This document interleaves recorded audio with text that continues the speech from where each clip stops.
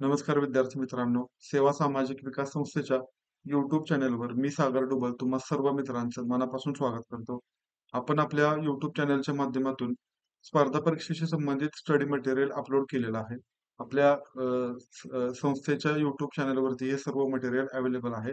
त्याच्यामध्ये बँकिंग, त्याच्यानंतर SSC, त्याच्यानंतर सरळ सेवा, MPSC, कंबाईन ग्रुप बी, ग्रुप सी, राज्यसेवा पूर्व परीक्षा याच्याशी संबंधित मटेरियल आपण अपलोड केलेलं आहे. ठीक आहे. आणि हाच प्रयत्न पुढे कंटिन्यू ठेवत आपण याच्यामध्ये बायोलॉजीचे लेक्चर सुद्धा आता ऍड करतोय. आणि त्या सिरीज मधला आज आपला पुढचा व्हिडिओ आहे बायोलॉजी मधला. आणि त्या चॅप्टरचं नाव आहे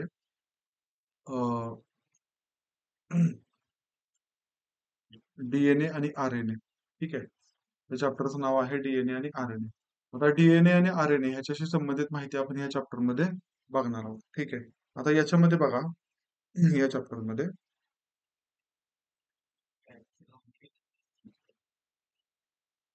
डीएनएचा जो शोध आहे, ठीक आहे, तर डीएनएचा शोध कुणी लावलाय इथपासून आपण ही सगळी माहिती तर हा जो शोध आहे तो हा शोध लावलेला फ्रेडरिक मिशरने. ठीक आहे.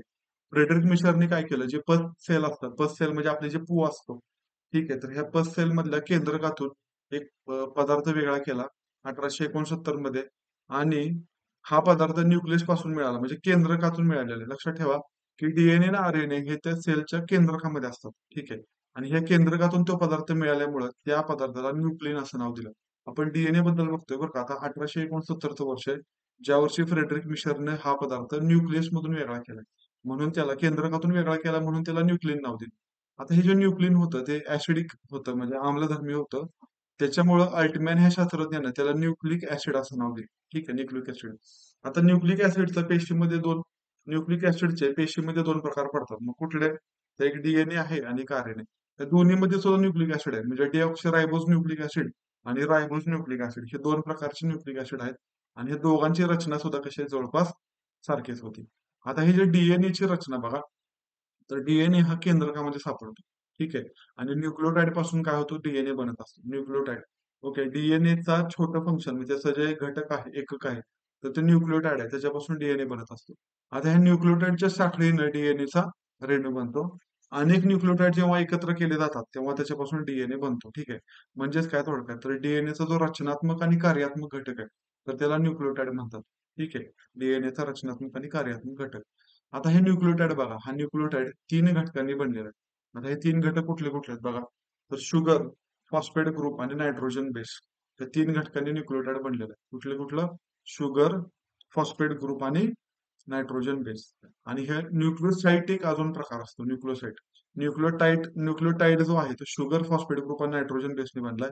आणि जो न्यूक्लियोसाइट आहे तर तो शुगर आणि नायट्रोजन बेसने बनलेला आहे. ठीक आहे. त्याच्यामध्ये फॉस्फेट ग्रुप नाहीये, हे लक्षात ठेवा. आता शुगर कुठले कुठले बघायचे, तर डीएनए मध्ये जी शुगर आहे ना, तर ती 5 कार्बन पासून बनलेली आहे. म्हणून त्याला पेंटोज शुगर म्हणतात. ठीक आहे. 5 कार्बनची शुगर आहे ही. ठीक आहे. त्याच्यामुळे त्याला हे म्हणलेलं पेंटोज शुगर. आता शर्करेचं सूत्र बघा, ह्या काय आहे, तर C5 आहे. 5 कार्बन आहेत म्हणून C5 आहे, H10 आहे आणि O4 आहे. आता हे डीएनएचं पूर्ण नाव काय आहे बघा, तर पूर्ण नाव आहे डीऑक्सिरायबोज न्यूक्लिक ऍसिड. ठीक आहे. डीऑक्सिरायबोज न्यूक्लिक ऍसिड. डीएनएच्या न्यूक्लियोटाइड मधील शुगर रायबोज शुगर पेक्षा एक ऑक्सिजन कमी असणार असते. ठीक आहे.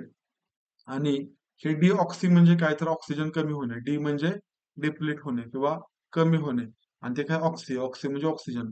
तर ऑक्सिजन कमी होणे ह्याला म्हणतो आपण डी ऑक्सी. ठीक आहे.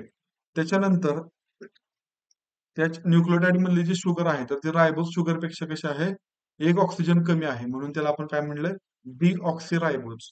लक्षात आलं, डीऑक्सिरायबोज. ठीक आहे. आता पुढे बघा, फॉस्फेट ग्रुप. तर फॉस्फरिक ऍसिड पासून बनलेला घटक आहे हा, म्हणून त्याला फॉस्फेट ग्रुप असं म्हटलंय. आता फॉस्फरिक ऍसिड असल्यामुळे डीएनए ला न्यूक्लिक ऍसिड असं म्हटलं जातं. ठीक आहे. आणि हा जो फॉस्फेट गट आहे हा पेंटोज शर्करेच्या 5व्या कार्बनला जोडलेला असतो. म्हणून मग या जोडणीला काय म्हणतात, तर फॉस्फो डायस्टर बॉन्ड असं म्हटलं जातं. ठीक आहे. त्याच्यानंतर आहे बघा नायट्रोजन बेस. आता हा जो नायट्रोजन बेस आहे, तर हा कशा कशापासून बनलाय, तर हा कार्बन, हायड्रोजन, नायट्रोजन आणि ऑक्सिजन ह्याच्यापासून बनलेला चक्रीय पदार्थ आहे. ठीक आहे. आणि शर्करेच्या ह्याच्यामध्ये जी शर्करा आहे वरती आपण बघितलं ती, शर्करेच्या पहिल्या कार्बनला जोडलेला तो असतो, नायट्रोजन बेस जोडलेला असतो. आणि त्यांच्यामध्ये नायट्रोजन बेस जोडल्यामुळे ते जो बॉन्ड तयार होतो त्या बॉन्डला म्हणतात ग्लायकोसायडिक बॉन्ड. ओके, तर कसला बॉन्ड आहे? ग्लायकोसायडिक बॉन्ड. आता नायट्रोजन बेसच्या रचनेमुळे बघा त्याचे दोन प्रकार पडतात. दोन प्रकार कुठले? एक प्युरिन्स आहे आणि दुसरं पायरिमिडिन्स आहे. असे दोन प्रकार पडतात ह्या बेसच्या रचनेनुसार. त्यातलं पहिलं प्युरिन्स बघू. प्युरिन्स मध्ये काय तर डबल रिंग असणारा नायट्रोजन बेस असतो. प्युरिन्स मध्ये कुठला आहे? डबल रिंग असणारा नायट्रोजन बेस, आणि ह्याचे दोन प्रकार पडतात. एक ऍडेनाईन पडतो आणि दुसरा आहे ग्वानिन पडतो. ठीक आहे, असे दोन ग्रुप पडतात. आणि दुसरं जे पायरिमिडिन्स जे आहेत तर त्याच्यामध्ये सिंगल रिंग असणारा नायट्रोजन बेस आहे. ह्याचे पण दोन प्रकार पडतात. एक आहे सायटोसिन आणि दुसरा आहे थायमिन. हे लक्षात ठेवा बरं का. ऍडेनिन म्हणजे ए, ग्वानिन म्हणजे जी, सायटोसिन म्हणजे सी आणि थायमिन म्हणजे टी. ठीक आहे, AGCT. तर हे जे AGCT आहे त्यांच्यापैकी कोणताही एक नायट्रोजन बेस न्यूक्लियोटाइड सोबत जोडलेला असतो. ठीक आहे, बॉन्ड कुठला बघितला आपण? तो ग्लायकोसायडिक बॉन्ड आहे त्याच्यामध्ये. आता ह्याच्यावरून हे बॉन्ड जो जोडलेला असतो ना त्याच्यावरून चार प्रकारचे न्यूक्लियोटाइड असतात असं म्हटलं जातं. आता चार प्रकारचे बघा. पहिलं, जर ए नायट्रोजन बेस जोडलेला असला तर ए न्यूक्लियोटाइड असणार आहे. जी नायट्रोजन बेस जोडला असला तर जी न्यूक्लियोटाइड असणार आहे. सी नायट्रोजन बेस जर जोडला असेल तर सी न्यूक्लियोटाइड असणार. आणि टी नायट्रोजन बेस जर जोडला तर टी न्यूक्लियोटाइड असणार. टी न्यूक्लियोटाइड असणार आहे याच्यामध्ये. ठीक आहे, तर हे असं AGCT न्यूक्लियोटाइड या गोष्टी लक्षात ठेवा. त्याच्यानंतर बघा डीएनए रेणूची सर्पिलाकार रचना, द्विसर्पिलाकार रचना. ओके, तर द्विसर्पिलाकार रचना कशी असते? तर डीएनए जो आहे तर तो दुहेरी स्तंभासारखा एकमेकांना शिडीसारखा गुंडाळलेला असतो बघा, हा असा. ह्या पद्धतीने कसा असतो? हा शिडीसारखा गुंडाळलेला असतो डीएनए. ठीक आहे. आणि डीएनएचे दोन स्तंभ सापासारख्या वाकड्या रचनेनं एकमेकांना जोडलेले असतात. आता ही जी रचना आहे ना, ही रचना सगळ्यात पहिल्यांदा वॉटसन आणि क्रिकने सांगितलेली आहे. ओके, ही रचना जी आहे सगळ्यात पहिल्यांदा कोणी सांगितली? तर वॉटसन आणि क्रिकने सांगितली. कधी? तर 1953 मध्ये सांगितलेली, 1953 मध्ये. आणि ही रचना जी आहे तर त्यांनी एक्सरेच्या अभ्यासावरून मांडली होती. कोणी? वॉटसन आणि क्रिकने मांडलेली. आता बघा, डीएनएचा प्रत्येक स्तंभ जो आहे तर तो न्यूक्लियोटाइड रेणूंनी बनलेला. ठीक आहे, मगाशी मी सांगितलं तसं हे चार न्यूक्लियोटाइड आहेत. ह्या चार न्यूक्लियोटाइडनी काय झालं तर प्रत्येक स्तंभ हा बनलेला आहे. ठीक आहे. आणि प्रत्येक स्तंभामध्ये एकूण 5 न्यूक्लियोटाइड आहेत. म्हणजेच एका डीएनए रेणूमध्ये एकूण किती? 10 न्यूक्लियोटाइड असतात. म्हणजे दोन स्तंभ आहेत ना, एका स्तंभामध्ये 5 न्यूक्लियोटाइड, दोन स्तंभामध्ये झाले एकूण 10 न्यूक्लियोटाइड. ठीक आहे. आता डीएनए मध्ये वरच्या न्यूक्लियोटाइडचा तिसरा कार्बन आणि त्याच्या लगतच्या खालच्या न्यूक्लियोटाइडचा पाचवा कार्बन हे फॉस्फेट ग्रुपने जोडलेले असतात. वरचा वरचा कार्बन किती आहे? तर तो पाचवा कार्बन आहे बघा इथं आकृतीमध्ये. ह्याच्यामध्ये फॉस्फोडायस्टर बॉन्ड असतो आणि मग खालचा तिसरा कार्बन त्याच्याशी जोडलेला असतो. ठीक आहे, अशा पद्धतीनं ही रचना बनत असते. डीएनएची ही रचना त्या पद्धतीने बनते. ठीक आहे. तर आता बघा ह्या जोडणीलाच फॉस्फोडायस्टर बॉन्ड असं म्हणतात. आणि म्हणजेच तो डीएनएचा फॉस्फोडायस्टर बॉन्ड हाच काय आहे? तर डीएनएचा बॅकबोन सुद्धा आहे. त्याला बॅकबोन सुद्धा म्हटलं जातं. ठीक आहे. आता सर्वात वरच्या बाजूला असलेल्या नायट्रेटच्या पाचवा कार्बन हा कुणाशीही जोडलेला नाहीये. सगळ्यात वरचा बघा, तर तो जो फॉस्फेट ग्रुप आहे तर त्या फॉस्फेट ग्रुप मधला डीएनए मधला सॉरी फॉस्फेट ग्रुप मधला नाही, डीएनए मधला सगळ्यात वरच्या बाजूचा जो नायट्रेट आहे, नायट्रेटचा पाचवा कार्बन आहे, तर तो मात्र कोणाशी जोडला नाही. त्याला 5 एंड असं म्हटलं जातं. आणि सगळ्यात खालचा जो न्यूक्लियोटाइड आहे तर त्याचा तिसरा कार्बन कोणाशी जोडलेला नसतो. ठीक आहे, त्याला 3 एंड असं म्हणतात. डीएनए चा एक स्तंभ हा 5 एंड आणि 3 एंड असा असतो. बघा इथं वरचा कार्बन जो आहे म्हणजे तो कोणाशी जोडला, म्हणजे पाचवा जो कार्बन आहे तर तो कोणाशी जोडला नाही. आणि खालचा जो तिसरा एंड आहे तर तो पण कुणाशी, हा तिसरा पण कुणाशी जोडलेला नाही. त्यामुळे त्याला 5 एंड ते 3 एंड असा पहिला स्तंभ असतो. दुसरा स्तंभ बरोबर त्याच्या अपोजिट असतो. ठीक आहे, दुसरा स्तंभ कसा आहे तर पहिल्या स्तंभाच्या उलट दिशेने आहे आणि ह्याला अँटी पॅरलल असं म्हणतात. तो समांतर आहे परंतु कसा आहे? उलटा आहे. ठीक आहे. तर दुसऱ्या स्तंभाची दिशा कशी आहे? 3 इंटू 5 एंड. पहिल्याची दिशा कशी आहे?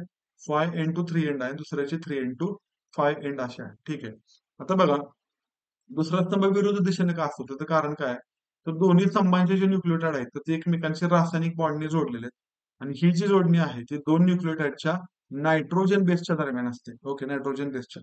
आता बघा, दुसऱ्या स्तंभाचा जो नायट्रोजन बेस आहे तो पहिल्या स्तंभाच्या नायट्रोजन बेसला जोडला जावा, ह्याच्यासाठी मग हे स्तंभ कसे झालेले आहेत? तर विरुद्ध दिशेने आलेले आहेत. ठीक आहे. आणि दोन्ही स्तंभांमधले जे नायट्रोजन बेसची जी जोडणी आहे ती नेहमी कशी असते? नेहमी ठराविकच असते. त्याच्यामध्ये काही व्हॅरिएशन नसतात. आणि या स्तंभामध्ये जर प्युरिन असेल तर त्याला नेहमी पायरिमिडीनच जोडलेला असतो. प्युरिनला प्युरिन जोडला जात नाही किंवा पायरिमिडिनला पायरिमिडिन जोडला जात नाही. हे लक्षात ठेवा ह्याच्यामध्ये. ठीक आहे. तर हे असं असण्याचं कारण काय बघा. जर समजा प्युरिन प्युरिन एकमेकांना जोडले, तर अशा एकूण किती 4 साखळ्या बनतील, 4 शृंखला बनतील. म्हणजे डीएनए डबल स्टँडर्ड आहे ना, मग तसे 4 स्टँडर्ड बनतील त्याचे. ठीक आहे. आणि पायरिमिडिन पायरिमिडिन जर एकमेकांना जोडले, तर त्याच्या 2 शृंखला बनतील. मग त्याच्यामुळे काय होईल, की दोन्ही स्तंभ एकमेकांना समांतर न राहता ते काय बनतील, वेडेवाकडे. म्हणजे मध्येच 4चा बनेल, 4 शृंखला बनतील, मध्येच 2 शृंखला बनतील. ठीक आहे. म्हणून हे जे प्युरिन जे आहे ते नेहमी पायरिमिडिन सोबतच जोडलेलं असतं.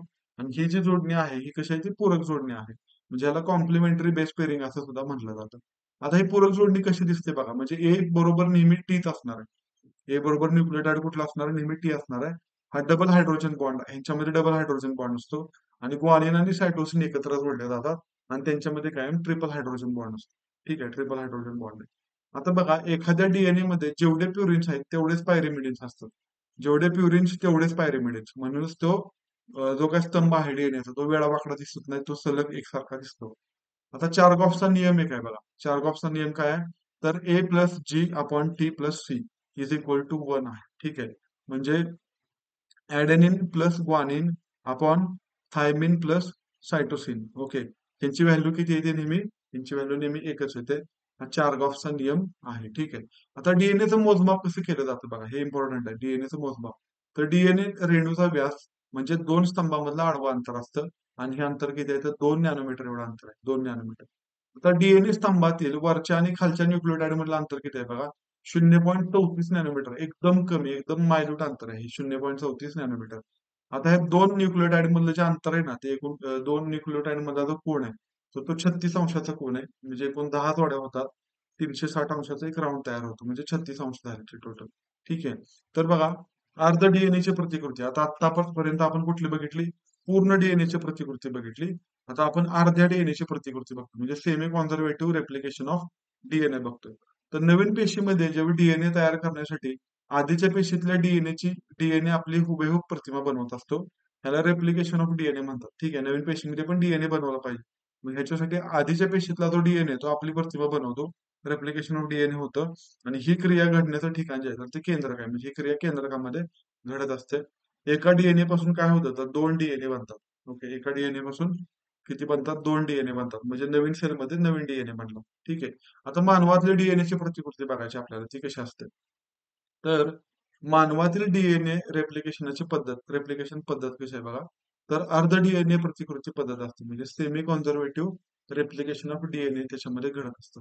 आता सेमी म्हणजे अर्ध झालं, कॉन्झर्वेटिव्ह म्हणजे राखलेलं. ओके. अर्ध राखलेलं म्हणजेच काय बघा, जुन्या डीएनएच्या 2 स्तंभापैकी नवीन तयार होणाऱ्या डीएनए मध्ये एक स्तंभ तसाच राखला जातो. ओके. जुन्या डीएनए मधला एक स्तंभ नवीन मध्ये आहे तसा येतो. आणि डीएनए प्रतिकृती तयार करताना प्रथम काय होतं, दोन्ही स्तंभ वेगवेगळे होत असतात. ओके. मग हे 2 वेगवेगळं होणं म्हणजेच काय, तर 2 स्तंभातील नायट्रोजन बेस मधील हायड्रोजन बॉन्ड तुटणे. ओके. मग हा बॉन्ड कुठला असतो बघा, ह्याच्यामध्ये ग्लायकोसिडिक बॉन्ड असतो. आणि हा हायड्रोजन बॉन्ड जो काय होतो ना, तर तो बॉन्ड काय होतो, ब्रेक होतो. 2 सेपरेट स्ट्रँड तयार होतात. ठीक आहे. 2 सेपरेट म्हणजे अर्धा अर्ध तयार होतं ते. आणि हा बॉन्ड तुटण्यासाठी एक एन्झाईम आवश्यक असते. त्याला डीएनए हेलिकेस किंवा आरईपी प्रोटीन असं म्हणतात, रेप प्रोटीन असं म्हटलं जातं. डीएनए हेलिकेस किंवा रेप प्रोटीन. ठीक आहे. इथपर्यंतचा पार्ट मे बी तुमच्या लक्षात आलेला असेल. ओके. तिथून पुढचा पार्ट आपण बघूया. तर डीएनए मधला जनुकीय घटक काय असतो बघा.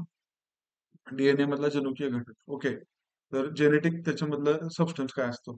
तर डीएनए ची प्रतिकृती प्रयोगाद्वारे सिद्ध करणारा शास्त्रज्ञ होता मेलिसन आणि स्टाल. ओके. कोण आहे, मेलिसन आणि स्टाल. तर त्यासाठी त्यांनी काय केलं, तर नायट्रोजनचा समस्थानिक तो N15 आणि इकोलाय या जीवाणूंचा त्यांनी वापर केला होता. ठीक आहे. कशासाठी, तर जनुकीय घटक शोधण्यासाठी. मग आदिकेंद्रकी पेशीमध्ये घडणारी डीएनएची जी प्रतिकृती पद्धत आहे ना, त्याला म्हटलं जातं अर्ध प्रतिकृती पद्धत. आणि आदिकेंद्रकी पेशीमध्ये घडणारी डीएनए प्रतिकृती पद्धत त्याला म्हटलं जातं थीटा प्रतिकृती पद्धत. ओके. तर ह्या 2 वेगवेगळ्या पद्धती आहेत. आता फक्त प्राण्यांच्या पेशीतली जी डीएनए ची लांबी आहे ना, तर ती 2.2 मीटर एवढी असते. प्राण्यांच्या पेशीमधली डीएनए ची लांबी किती आहे, 2.2 मीटर. ठीक आहे. तर एवढा लांब डीएनए पेशीतील केंद्रकामध्ये कसा बनतो, तर बघा, ह्याचा जो आकार आहे ना, ह्याचा जो आकार आहे एवढा, म्हणजे डीएनएचा जो आकार आहे तो कसा बनतो बघा.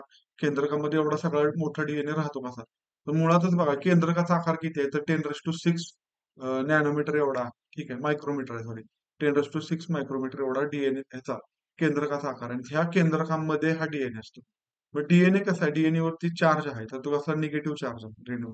म्हणजे मुळातच डीएनए हा जो रेणू आहे, तर तो कसा निगेटिव्हली चार्ज आहे. म्हणजे डीएनए केंद्रकात व्यवस्थित बसावा म्हणून त्याला मदत करणारे एक प्रोटीन आहे. त्या प्रोटीनला म्हणतात हिस्टॉन प्रोटीन. ओके, ते प्रोटीन कुठलं? हिस्टॉन प्रोटीन. आता ह्या हिस्टॉन वरती कसा असतो, तर पॉझिटिव्ह चार्ज असतो. मग डीएनए मध्ये काय होतं, एक पॉझिटिव्ह चार्ज, डीएनए वरचा निगेटिव्ह चार्ज आणि हिस्टॉन वरचा पॉझिटिव्ह चार्ज, ह्यांचं एकमेकांमध्ये आकर्षण झाल्यामुळे डीएनए काय होतो, श्रिंक होतो आणि मग तो केंद्रकामध्ये फिट बसतो किंवा त्याच्यामध्ये तो मावतो. ठीक आहे. आता जनुकीय घटक म्हणजे काय बघायचं आपल्याला. जनुकीय घटक इथं बघितलं आपण. ओके, डीएनए जनुकीय घटक बघितला, इथं जनुकीय घटक बघा. तर जनुकीय घटक म्हणजे काय, तर असा घटक ज्याद्वारे एखाद्या व्यक्तीची ओळख पटते किंवा ज्या घटकाद्वारे आपण आई वडील आणि त्यांचे अपत्य आहे असं ओळखू शकतो. म्हणजे आई वडिलांमधील काही गोष्टी, काही जणू काही कुठे येतात, तर मुलामध्ये येतात, ज्याच्याद्वारे ते मूल त्याच आई वडिलांचं आहे हे ओळखता येतं. ठीक आहे. आता डीएनए हा जनुकीय घटक म्हणून काम करतो हे सिद्ध करण्यासाठी काही शास्त्रज्ञांनी प्रयोग केलेले होते. ओके, तर ते कुठले कुठले शास्त्रज्ञ आणि त्यांचा प्रयोग कुठला कुठला आहे ते बघूया. पहिला आहे ग्रिफिथ. ओके, ग्रिफिथ, आणि हे ग्रिफिथचा प्रयोग आहे. दुसरा आहे अवेरी, मॅक्लिऑड आणि मॅककार्टीचा प्रयोग दुसरा. आणि तिसरा आहे हर्षे चॉस यांचा प्रयोग. ठीक आहे, तर हे तीन प्रयोग इम्पॉर्टंट आहेत बघा, की ज्याच्यामध्ये काय होतं, डीएनए हा जनुकीय घटक म्हणून काम करतो हे सिद्ध होतं. ठीक आहे. आता एक एक प्रयोग बघूया आपण त्याच्यामधला. पहिला ग्रिफिथचा प्रयोग बघूया. तर डीएनए हे जनुकीय घटक असतं हे सिद्ध करणारं, म्हणजे हे ज्याने सिद्ध केलं तो ग्रिफिथ आहे. हे ग्रिफिथनं कधी सिद्ध केलं, 1928 मध्ये. तर त्याचा त्यानं प्रयोग काय केला हे बघूयात आपण ह्याच्यामध्ये. ठीक आहे. तर ग्रिफिथनं काय केलं, डॅप्लोकॉकस निमोनिया हा निमोनियाचा जीवाणू घेतला. ठीक आहे. आणि ह्या जीवाणूमुळे काय होतं, सस्तन प्राण्यामध्ये निमोनिया म्हणजे फुफ्फुसाचा जो आजार आहे, तर तो रोग होतो. आता ह्या जीवाणूंचे दोन प्रकार आहेत. एक एस टाईप आणि एक R type. Okay. S type जो आहे ना, एस टाईप हा स्मूथ आणि कॅप्सुलेटेड आहे, म्हणजे त्याच्या भोवती काय आहे, आवरण आहे कॅप्सूल सारखं. आणि दुसरा जो आर टाईप आहे, आर आर म्हणजे रफ आहे, एस म्हणजे कसा स्मूथ आणि कॅप्सुलेटेड आहे. आणि आर टाईप जो आहे तर तो रफ आणि नॉन कॅप्सुलेटेड आहे. ठीक आहे. आता ग्रिफिथनं काय केलं, सर्वप्रथम एस टाईप जीवाणूचं इंजेक्शन एका निरोगी उंदराला दिलं. ठीक आहे. एस टाईपचं जे जीवाणूचं जे इंजेक्शन आहे ते एका निरोगी उंदराला दिलं. तेव्हा उंदराला निमोनिया झाला आणि तो मेला. ह्याच्यावरून काय कळलं, तर एस टाईप जो जीवाणू आहे तर तो रोगकारक आहे, म्हणजे पॅथोजेनिक आहे. ठीक आहे. नंतर त्याने काय केलं, आर टाईप जीवाणूचं जे इंजेक्शन आहे ना, ते दुसऱ्या निरोगी उंदराला दिलं. आर टाईपचं म्हणजे रफ आणि नॉन कॅप्सुलेटेड जो आहे, तर त्याचं जे इंजेक्शन आहे ते दुसऱ्या निरोगी उंदराला दिलं, चांगल्या उंदराला दिलं. तेव्हा त्या उंदराला निमोनिया झाला नाही. ठीक आहे. ह्याच्यावरून काय समजलं, की आर टाईप हा रोगकारक नाहीये, म्हणजे नॉन पॅथोजेनिक आहे आर टाईप. ठीक आहे. आता तिसऱ्या टप्प्यामध्ये ग्रिफिथने काय केलं, तर एस टाईप जो रोगकारक आहे त्याला उष्णता देऊन मृत केलं. ओके. जो एस टाईप जीवाणू होता का नाही, म्हणजे ज्याच्यापासून पॅथोजेनिक होता तो, म्हणजे ज्याच्यापासून रोग निर्माण होऊ शकतो, त्या जीवाणूला काय केलं, हिट दिली, त्याच्यामुळे तो जीवाणू मेला. म्हणजे त्याला हिट किल्ड एस टाईप असं नाव दिलं. आणि त्याचं जे इंजेक्शन आहे ना ते निरोगी उंदराला दिलं. तेव्हा तो उंदीर जिवंत राहिला, तो काही मेला नाही. ठीक आहे. म्हणजेच उष्णतेनं मृत केलेले एस टाईप जीवाणू रोगकारक नाहीयेत असं याच्यावरून सिद्ध झालं. उष्णतेमुळे ते मरून जातात आणि त्याच्यामुळे रोग होत नाही हे सिद्ध होतं याच्यातून. आता 3 टप्पे झाले. पहिल्या टप्प्यामध्ये जिवंत एस टाईप दिले त्याच्यामुळे उंदीर मेला. दुसऱ्या टप्प्यामध्ये आर टाईप जीवाणू दिले नॉन कॅप्सुलेटेड, त्याच्यामुळे तो उंदीर तसाच राहिला, जिवंत राहिला. तिसऱ्या टप्प्यामध्ये एस टाईप मृत जीवाणूंचं इंजेक्शन दिलं तर उंदीर मेला नाही.